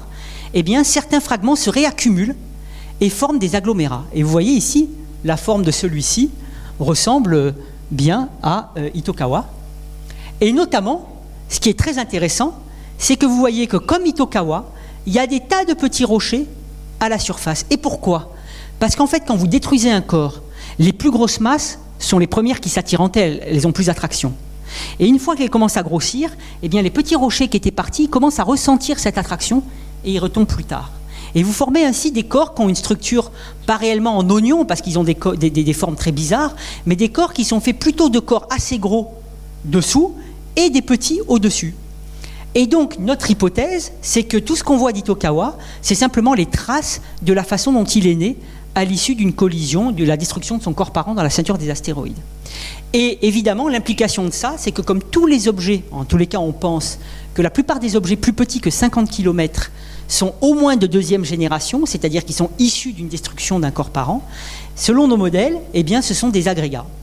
Et donc, ce qu'on pense, c'est que tous ces géocroiseurs qu'on voit sont plutôt des agrégats. Et ça, c'est une connaissance importante pour justement préparer des missions pour s'en protéger, parce qu'on sait déjà qu'on n'aura probablement pas affaire à un corps monolithique. Et ça, c'est confirmé aussi par les densités volumiques que l'on a mesurées pour certains d'entre eux, qui sont toujours plus faibles que la densité volumique d'une roche dure et compacte. Donc, on a plusieurs éléments qui vont en faveur de ce scénario-là. Alors, maintenant, on a compris ça, et maintenant on va essayer de s'approcher. Et ici, c'est la première descente qui a eu lieu le 11 novembre 2005 sur Itokawa. Alors Itokawa tourne en 12 heures sur lui-même. Donc on le voit tourner pendant qu'on descend. On descend lentement, hein, parce qu'il n'y a pas de gravité. On va filaer pour aller sur la comète à mi-7 heures. Donc ici, vous voyez, le temps s'écouler. Hein, on descend très lentement. On voit ici le centre du satellite qui se positionne. Là, il est en chute libre. Il est autonome. On a tout lâché. Et ce que vous allez voir là, c'est l'ombre du satellite. Et ça, c'est magnifique quand vous voyez ça en direct, enfin en quasi-direct. L'ombre du satellite, voilà, qui arrive à la surface, qui ressemble d'ailleurs au vaisseau de Dark Vador dans la guerre des étoiles. Vous voyez ici l'ombre du satellite. Et en fait, il y a eu énormément de péripéties, puisqu'en fait, je pouvais vous raconter toute l'histoire, mais je ne veux pas trop prendre de temps là-dessus, mais en gros, on l'a perdu. Et on l'a retrouvé 7 km plus loin, des heures après. Et ce qu'on sait, c'est que le satellite, en fait, le projectile n'a jamais été tiré. Il a tapé la surface, il est resté 40 minutes, et il est remonté. Ce qui n'était pas prévu, il ne devait pas taper la surface. Et l'analyse qu'on a faite des choses, c'est qu'en fait, il y a eu un problème qui s'est passé, il a eu un mauvais guidage, et il est tombé. En restant sur la surface, il y a une partie du réservoir qui a fondu.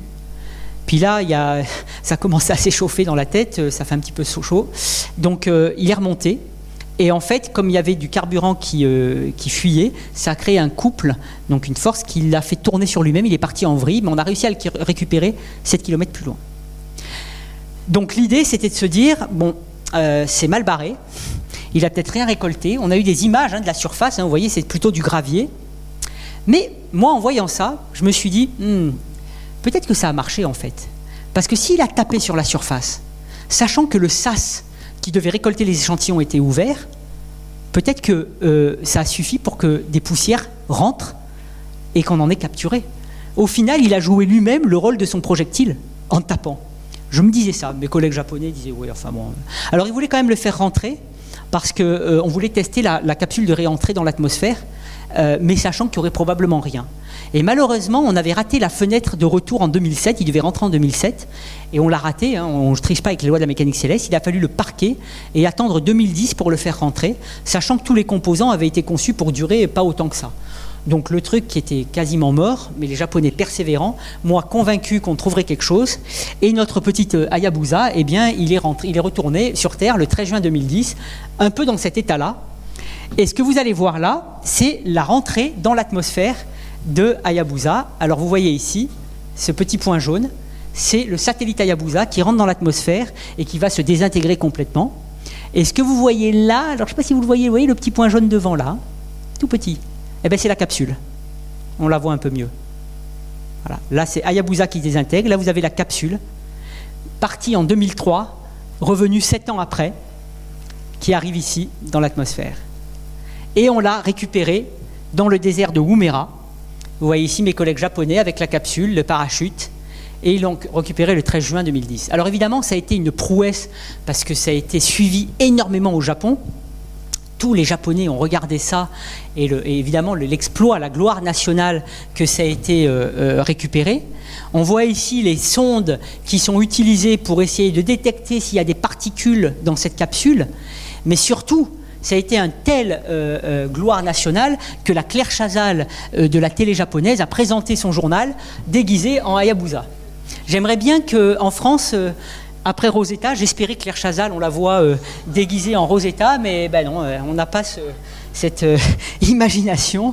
C'est bien dommage, parce que ça a été extrêmement important, et c'est grâce à ça qu'ils ont eu une deuxième mission, Hayabusa 2, qui est partie en décembre, je vais vous en parler brièvement, et dont je suis membre aussi de l'équipe scientifique.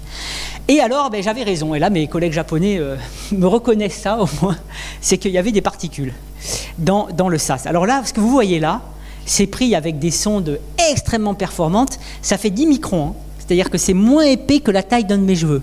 À l'œil nu, vous ne voyez pas. Et là, ce que vous voyez, c'est des détails, il y a même des cratères sur ces petites particules. C'est-à-dire que même à l'échelle d'une particule de quelques microns, elle subit des cratères de micrométéorites.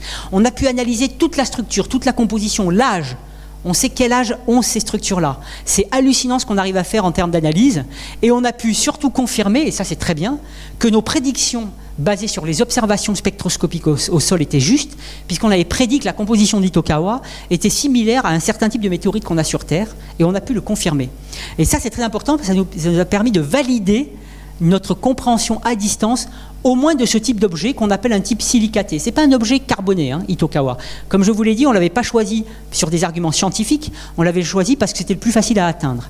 Ce qui nous intéresse scientifiquement, ce sont les objets qui potentiellement contiennent de la matière carbonée, de la matière organique, et c'est justement la prochaine étape. Mais déjà, ça nous a permis de comprendre un type d'objet certes moins intéressant scientifiquement, mais pour lequel on n'avait aucune connaissance. Donc ça, c'est très important. Et surtout, ça nous a permis de montrer que, alors que Eros, qui est montré ici, qui était la cible de la mission NIR, qui s'est mis en orbite autour de lui, 23 km de long, et Itokawa, qui fait 320 mètres de long, donc beaucoup plus petit, hein, il tient dans le cratère, là, hein, Itokawa, eh bien, ils sont du même type spectral, c'est-à-dire la même composition, et pourtant, ils ont des structures de surface complètement différentes, et aussi des densités différentes. Et ça, selon moi, comme je vous le disais, ça vient du fait qu'ils sont différents en taille. Donc, même s'ils sont de la même composition, leur morphologie, les processus géophysiques ne sont pas les mêmes, parce que l'attraction de surface sur Eros est beaucoup plus grande que sur Itokawa. Et grâce à ces deux missions, on a pu comprendre l'effet de cette différence de taille pour un même type d'objet. Donc petit à petit, on essaie de construire cette connaissance et ensuite de pouvoir mettre en équation tout ça pour après n'avoir plus besoin que des calculs pour prédire ce qu'on va rencontrer. Et alors pour vous faire une petite anecdote et pour parler quand même un petit mot de Tchouri, hein, qui a été visité par Rosetta, en fait, comme je vous le disais, les comètes et les astéroïdes sur la base de l'activité ne sont pas si différents que ça, mais même sur la base de la morphologie. Parce qu'ici, vous avez Itokawa et ici, vous avez une comète, Hartley 2, qui a été survolée par une mission qui s'appelle Epoxy. Et on voit que c'est à peu près le même type d'objet. Donc on est finalement astéroïde-comète, il semble y avoir un continuum entre les deux populations, et ça c'est intéressant, et c'est encore un questionnement, comment c'est possible. Bon, évidemment, Tchouri, on a vraiment choisi la comète la plus folle pour pouvoir naviguer autour, hein, parce que ça c'est quand même très, très étonnant. Alors on va revenir maintenant sur les géocroiseurs. Donc vous voyez encore une fois la trajectoire de ces objets qui croisent la Terre. Itokawa en était un. Et les fréquences d'impact, bon, j'en ai déjà parlé, hein, à peu près tous les quelques dizaines de milliers d'années pour des objets de 300 mètres de diamètre, 1 million d'années pour des objets d'1 kilomètre de diamètre. Et surtout, depuis la Terre, comme je vous le disais, on en a très peu de traces, puisque ici, vous voyez la trace des cratères qu'on a pu identifier. Mais c'est toujours difficile d'identifier les cratères sur Terre. Et puis, vous avez beaucoup d'eau. Alors, le cratère qui est à l'origine de la disparition des dinosaures, c'est au Mexique, hein, au Yucatan. C'est un cratère enfoui, hein, on ne le voit pas depuis la surface, il fait 180 km de diamètre. Et on a heureusement quelques traces, comme le météore cratère, qui fait donc 1,2 km de diamètre et qui est en Arizona, que vous pouvez visiter. Vous avez d'ailleurs ici une photo prise par mon camarade de France 5 au météore cratère en 2013, pendant un congrès à Flagstaff. Vous voyez, ça c'est le cratère qui est relativement bien préservé. On a même des traces des météorites, enfin des morceaux de météorites qui ont fait ce cratère-là. Et il y a un musée, vous pouvez aller le visiter, même descendre dans le cratère avec un guide. Donc ça, c'est une trace d'un cratère qui a eu lieu il y a quelques dizaines de milliers d'années. L'objet devait faire une cinquantaine de mètres de diamètre. En 1908, et pourquoi Astéroïde D a eu lieu aujourd'hui? C'est parce que c'est l'anniversaire de cet événement qui a eu lieu le 30 juin 1908. Nous sommes le 30 juin. Et en 1908, il y a eu une explosion d'un objet d'une cinquantaine de mètres de diamètre au-dessus de la forêt de la Tunguska, en Sibérie, qui a pulvérisé 2000 km² de forêt. Quelques heures plus tard, c'était Saint-Pétersbourg ou Paris qui est passé au choix, selon l'heure. Mais heureusement, ce type d'événement qui pourtant se produit tous les 100 à 1000 ans, donc tous les siècles à 1 millier d'années, eh bien, est suffisamment local pour que la probabilité que ça se passe au-dessus d'une zone habitée reste faible. Parce que finalement, la Terre, elle est peuplée en surface que sur 3% de son territoire. La plupart, c'est de l'eau, des déserts. Donc la probabilité pour qu'un événement très local se produise au-dessus d'une ville ou d'une zone habitée est extrêmement faible. C'est pour ça qu'on se préoccupe plus des objets plus gros qui, peu importe où ils tombent, vont atteindre une population parce que les dégâts vont à l'échelle d'un pays ou d'un continent. Mais pour des événements locaux, même si certains signataires d'astéroïdes voudraient qu'on les détecte tous ceux-là, moi, il me semble que ça mettrait en jeu des budgets, enfin ça devient déraisonnable. Il y a un niveau de risque qu'on est obligé d'accepter, comme le fait qu'on prend tous les jours la voiture et malheureusement il y a des morts tous les jours, mais on vit avec des risques et des seuils qu'il faut à un moment donné accepter. Alors évidemment, parfois ça nous tombe dessus. Donc on a les météorites qu'on récolte, hein. Les météorites, ce sont une fois qu'on a un astéroïde est tombé, on le récolte, c'est une météorite. Et on a des météorites carbonées, c'est comme ça qu'on a pu détecter des acides aminés dans des météorites, donc on sait qu'ils ont de la matière organique et même les briques du vivant, hein, les acides aminés. même si entre l'acide aminé et le vivant, il y a un petit pas à faire. Et puis parfois il y a une voiture qui se prend une météorite, ça c'était la météorite Peekskill, et je vous recommande de vous prendre une météorite sur votre voiture, parce que cette voiture appartenait à une étudiante qui la vendait quelques centaines de dollars parce que c'était une poubelle. Elle s'est pris une météorite, évidemment elle l'a vendue aux enchères une centaine de milliers de dollars parce que c'était la voiture qui s'était pris une météorite. Donc c'est quand même intéressant, vaut mieux pas être dans la voiture. Mais très récemment, et ça a été vraiment la chose qui a fait démarrer tout ce mouvement d'astéroïdés, c'est l'explosion qu'il y a eu au-dessus de Chelyabinsk en Russie en février 2013, puisqu'un objet a explosé et a fait 1000 blessés au-dessus de Chelyabinsk. Alors là, vous avez des vidéos qui ont été prises par des voitures en Russie. Ils ont tous des caméras à bord parce qu'il y a tellement de corruption qu'ils veulent pouvoir démontrer quand il y a un accident qu'ils ont eu tort ou non avec des vidéos, parce que sinon c'est celui qui paiera le plus le policier qui aura raison. Et là, vous voyez un petit peu ce qui s'est passé. On a eu un énorme flash qui s'est produit, et puis surtout, alors j'ai tout un film qui vous montre des explosions avec des bruits, mais celui qui me plaît le plus, parce qu'en même temps il est rigolo, c'est ce que je dis à certains qui prennent trop de pauses café: ne prenez pas trop de pauses café, vous pouvez avoir des frayeurs. Vous voyez, celle-là, elle est tranquille, et puis là, boum, oula, lui, il lui arrive dessus. Et alors il ne comprend pas ce qui se passe, et c'est là qu'on voit l'instinct de survie des vivants. C'est que quand on ne comprend pas ce qui se passe, on se barre. Alors évidemment, après, vaut mieux pas être derrière certaines portes. Vous voyez cette porte-là? Ah oui, là, valait mieux pas être derrière. Donc vous avez des tas de films qui vous montrent, il y a eu des bris de verre, des écoles où les enfants ont été paniqués, des gens qui sont tombés, il y a eu 1000 blessés. Et c'était la première fois qu'un objet de cette taille-là, là c'est la taille de l'objet, il fait à peine plus petit qu'un Boeing 747, 17 mètres de diamètre, explosé au-dessus d'une ville. Comme ça, ce genre d'événement se produit à peu près tous les siècles.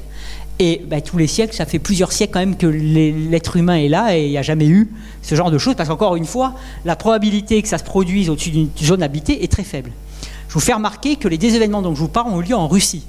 Tunguska et ça. Et ça, c'est pourquoi? C'est parce que la Russie est le plus grand pays, donc proportionnellement, statistiquement, il a plus de chances de se prendre une météorite. C'est pour ça que je disais à Depardieu, tu ferais attention avant d'émigrer en Russie, parce que ça peut être dangereux. Et on a récolté des météorites de cet objet. Alors évidemment, c'est encore une fois, c'est le même type qu'Itokawa. Ce sont en fait les plus communes qu'on trouve sur Terre, c'est ce type de météorite. Sauf qu'évidemment, comme elle est tombée et que ça a fait des blessés, dès qu'ils l'ont récoltée, vous aviez déjà sur eBay, au bout d'une heure, des ventes aux enchères, puis les prix montés. Voilà, tout est bon pour faire de l'argent, malheureusement, et parfois ça nous pénalise parce qu'on voudrait pouvoir les analyser, mais au final, les chercheurs, ils n'ont plus les moyens d'acheter parce que les prix ont trop monté. Alors, de ce fait-là, on a commencé à se préoccuper, mais d'ailleurs bien avant, de qu'est-ce qu'on peut faire pour s'en protéger. Et j'ai été chargé, avec certains collègues, par l'Agence spatiale européenne en 2004, de conseiller l'agence pour des missions spatiales qui ont pour but de se protéger du risque d'impact. Et on avait à l'époque recommandé une mission qui consisterait à faire un test de déviation d'astéroïdes par un impact. En gros, l'idée, c'est vous envoyer un projectile à très haute vitesse, vous tapez sur l'astéroïde, et en fait, évidemment, vous apportez pas beaucoup d'énergie, donc ça suffirait pas. Mais si vous provoquez un cratère qui envoie plein d'éjectats dans l'autre sens, plein de fragments dans l'autre sens, loi d'action-réaction Newton, la masse que vous envoyez à l'opposé, le moment, en gros, le mouvement que vous envoyez à l'opposé, vous le transférez à la cible. Donc, vous poussez avec un projectile, mais en plus, vous espérez que vous ferez suffisamment de fragments de l'autre côté pour que ça dévie l'astéroïde. Et c'est ça qu'on voulait tester. Bien sûr, il s'agit de simplement le pousser, parce que le détruire, c'est très compliqué. Parce qu'en général, ce qui se passe, et comme je vous l'ai montré dans mes simulations, je vous en montre une autre, quand vous détruisez un corps, hop, les fragments ils s'en vont, mais sauf que, comme je vous le disais tout à l'heure, les vitesses entre eux sont suffisamment faibles pour qu'ils se réaccumulent et qu'ils reforment des agrégats. Alors, à moins que vous ayez une énergie énorme pour vraiment le pulvériser, on a le risque de détruire en plusieurs morceaux, et qu'on n'ait qu'un gros morceau ou plusieurs petits, sauf s'ils sont vraiment tout petits, le résultat est le même, ça ne marche pas. Donc, on a commencé à étudier ça. Et en fait, depuis quelques années, on s'occupe d'une mission qui vient de passer en phase A, c'est-à-dire une phase industrielle avancée à l'ESA et à la NASA, dont je suis responsable scientifique côté européen, qui consiste à aller taper sur le petite lune d'un astéroïde double. Vous avez des astéroïdes qui sont doubles, qui sont munis d'une lune qui tourne autour d'un corps plus gros, et on veut taper sur la petite lune pour pouvoir mesurer la déviation qu'on va faire sur la trajectoire de cette lune autour de son astéroïde. Alors j'ai un film qui vous montre l'intégralité de la mission, qui prend 3 minutes, je vais vous le montrer parce qu'il est très joli, mais avant ça, je dois quand même reconnaître, alors vous voyez ici l'impact, je dois quand même reconnaître que ce type de mission a déjà été fait, puisque en 2005, donc il y a 10 ans, le 4 juillet 2005, on fêtera les 10 ans dans pas longtemps, la mission Deep Impact de la NASA a tapé sur une comète. Alors pourquoi c'est pas tout à fait pareil? C'est parce que cette comète, elle faisait 6 km de diamètre. La cible que nous on vise, elle fait 150 mètres de diamètre, tout petit. Et viser, parce que là, c'est pas avec un joystick qu'on va guider le projectile, on n'a pas le temps d'envoyer le signal avec la vitesse qu'il a, donc il faudra que de manière autonome, il tape la cible. Viser un corps de 150 mètres, c'est beaucoup plus dur que de viser un corps de 6 km, même si déjà c'était très dur. Vous allez le voir ici, vous allez voir le film de l'approche du projectile vers la comète, et vous allez voir que sa trajectoire n'était pas du tout linéaire. Il a dû se reprendre à plusieurs fois pour arriver, tout ça de manière autonome, à taper sur la comète. Et on a pu, avec un satellite qui était positionné à 500 km, observer le résultat de l'impact que vous allez voir ici, et ça a fait un énorme flash. Et malheureusement, on n'a pas eu la taille du cratère. Et je dis malheureusement parce qu'à l'époque, Nice Matin avait fait un petit article sur moi, j'avais un collaborateur américain, donc 2 spécialistes de la formation des cratères, qui avaient prédit quelle devait être la taille du cratère. Donc lui prédisait qu'elle devrait faire quelques mètres, moi je prédisais que ça devait faire plutôt quelques dizaines de mètres, et on n'a pas eu vraiment la réponse. Sauf que plus tard, une autre mission est passée autour de cette comète, et elle prétend avoir vu le cratère, qui ferait plutôt quelques dizaines de mètres comme je le pense. Mais bon, je suis humble, je dirais que j'en suis pas totalement sûr parce que, je ne sais pas si vous voyez ici, mais on a mis des flèches pour montrer le cratère, mais si vous enlevez les flèches, vous ne le voyez plus, donc c'est très subjectif. Alors je vais vous montrer quand même le film en question de la mission AIDA, parce que c'est une mission donc, qui est en collaboration avec l'ESA et la NASA, et qui a donc pour but de tester notre capacité à dévier un astéroïde. Et donc, comme je vous le disais, je suis responsable scientifique côté européen. Alors, le son est en anglais, donc je vais plutôt vous décrire moi-même. Donc, c'est un film qui a été fait par l'ESA, que vous pouvez trouver en ligne sur le site de l'ESA. La partie ESA, ça s'appelle Asteroid Impact Mission. La partie totale s'appelle AIDA. Donc, voilà la petite lune en question qu'on va essayer de caractériser et de taper. Donc, la mission AIDA, elle est composée de 2 modules. L'un qui est américain, qui s'appelle DART, qui est donc ce projectile artificiel qui va taper sur l'astéroïde. Donc c'est eux qui font le projectile, la NASA. Et la mission AIM, qui est ce module européen, qui a pour but de caractériser l'objet avant et après. Et on va voir ce qu'elle va faire pour le caractériser, c'est absolument fascinant. Donc il y a un objectif aussi technologique, il y a des démonstrations technologiques qui vont être faites, je vais vous en parler. Un objectif bien sûr scientifique, et puis un objectif de protection planétaire. Donc l'idée, c'est de partir en 2020. Donc c'est demain. Parce que dans le spatial, en général, on vise les missions à 20 ans. Rosetta, on a commencé à travailler dessus dans les années 80. Elle est partie en 2004. Là, c'est demain. On est 2015. Dans 5 ans, elle doit partir depuis Kourou. Donc ça, c'est la mission ESA qui part de Kourou, de l'Agence spatiale européenne, avec donc le satellite à bord, pour arriver en mai 2022 sur l'astéroïde. Donc vous voyez un petit peu la trajectoire qu'elle va faire en direct. Elle va arriver vers l'astéroïde. Et là, c'est toujours compliqué de se caler vers un astéroïde. Il faut se ralentir pour pouvoir se positionner, sachant qu'on a très peu d'informations sur sa forme. Donc là encore, il va falloir y aller doucement. On va arriver. Donc là, vous avez le corps principal. Cet objet tourne autour de lui. Lui, il fait 800 mètres de diamètre. Lui, il fait 150 mètres de diamètre. Et une fois arrivé, on va commencer à caractériser l'objet. Parce que ce qu'on veut, c'est pouvoir interpréter l'impact que va faire le projectile. Et pour ça, on veut savoir de quoi il est fait pour bien comprendre. Alors, on aura des images dans le visuel, une caméra visuelle qui va commencer à faire des scans de l'objet, nous envoyer toutes les propriétés de la surface de l'objet.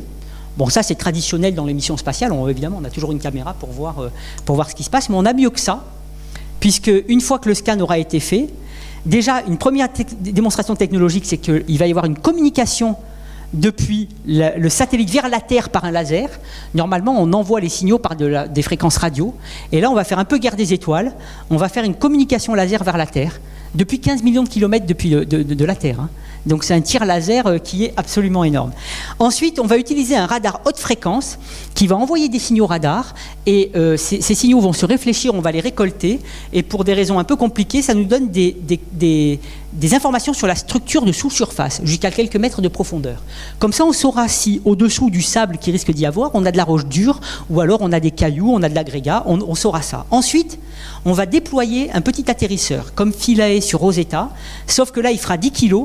Et atterrir sur 150 mètres de diamètre, c'est pas atterrir sur 4 km. Et vous voyez que Philae, c'était sur une comète de 4 km, ça a été compliqué. Et pourquoi est-ce qu'on met un atterrisseur? C'est parce qu'il va pouvoir faire des analyses in situ, et surtout, il va nous permettre de caractériser la structure interne, parce qu'on va faire de la tomographie.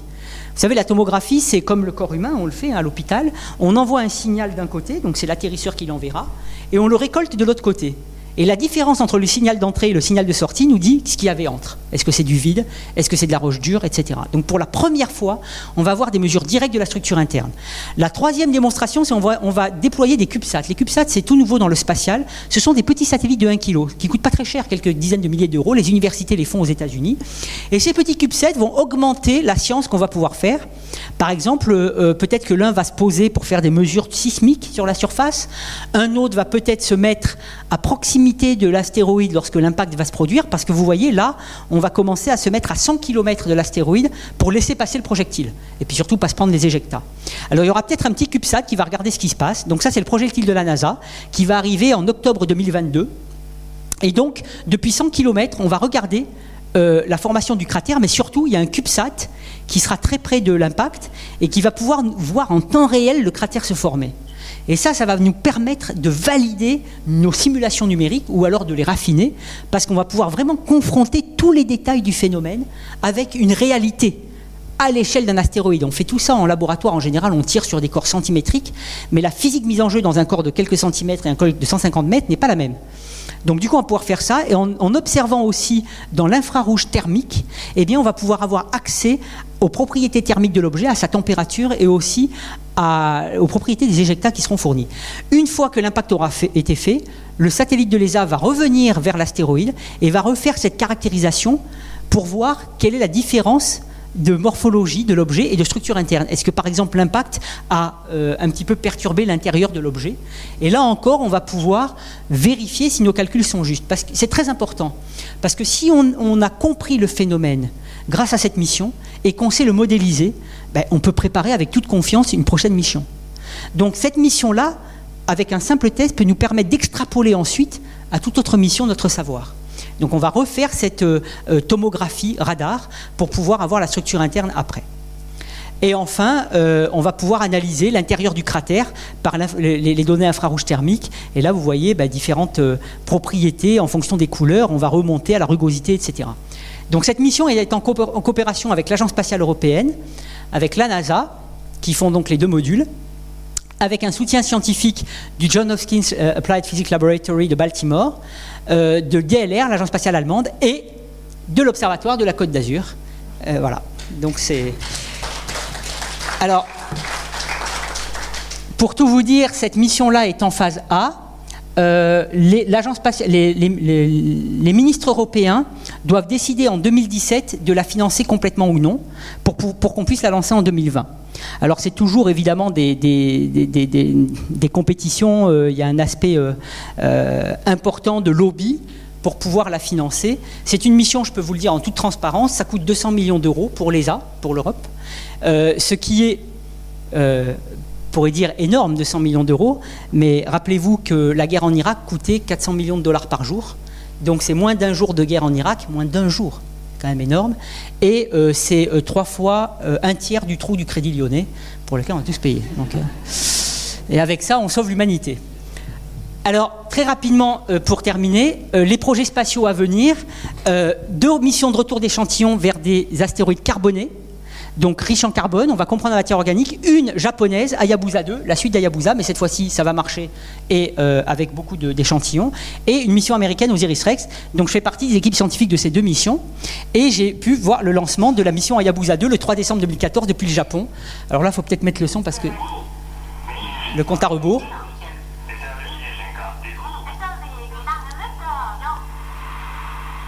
Alors si je mettais le son, c'est... toujours une puissance phénoménale. Alors, vous savez, quand vous voyez un lancement pareil, parce que c'est quand même des années d'études qu'on a fait pour la préparer, on a les fois, hein, parce que tout peut se passer à n'importe quel moment. Hein. Voilà, les Japonais, succès national. Et il y a une très belle image qu'il faut quand même voir, qui est prise d'un avion, où on voit la fusée de haut. On va la laisser voir. Voilà, là, il y a un des propulseurs qui s'en va. Voilà, d'ici. On voit la fusée partir. Donc là, elle s'arrache de la traction de la Terre. C'est une puissance absolument phénoménale. Ça fait un bruit fou. Et c'est assez émouvant. Voilà, le film va jusqu'à ce que les étages s'échappent, mais bon. Voilà. Donc ça, c'était le 3 décembre. Et la mission Osiris-Rex sera lancée en septembre 2016 depuis Cap Canaveral. Et les deux missions, ça c'est important que vous le sachiez, vont arriver à peu près en même temps sur leur astéroïde. Ils font un temps différent parce que c'est des astéroïdes différents. En 2018, Osiris-Rex sera sur son astéroïde et Yabuzade sur son astéroïde. Et il est évident que les deux agences, la JAXA japonaise et la NASA, se sont coordonnées pour en faire un événement mondial, deux des plus grandes agences spatiales sur un astéroïde à peu près en même temps. Alors en l'occurrence, Yabuzade va arriver un peu avant Osiris-Rex, ce qui va permettre à l'équipe d'Osiris-Rex de pouvoir un peu apprendre de ce qu'ils vont trouver et de se préparer à ce qu'on va trouver. Alors c'est marrant parce que comme je suis dans les deux missions, il va falloir que je fasse des trajets au Japon et à Tucson, parce que le centre d'Osiris-Rex est à Tucson, pour pouvoir voir un petit peu l'expérience et puis surtout contribuer à choisir le site d'échantillons, etc. Donc c'est absolument fascinant. Ça va être 2 années un peu chaudes, comme on dira. D'ailleurs à Tucson, il fait très chaud. Voilà, je vais terminer en disant pourquoi est-ce qu'on explore ces restes de planètes.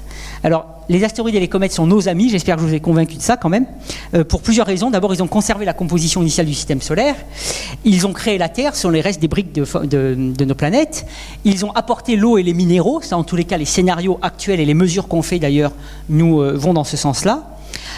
Ils ont aussi apporté le matériel chimique, évidemment. Ils ont tué les dinosaures, évidemment. Sans ça, on ne serait pas là non plus. Et c'est probablement le désastre naturel le moins probable.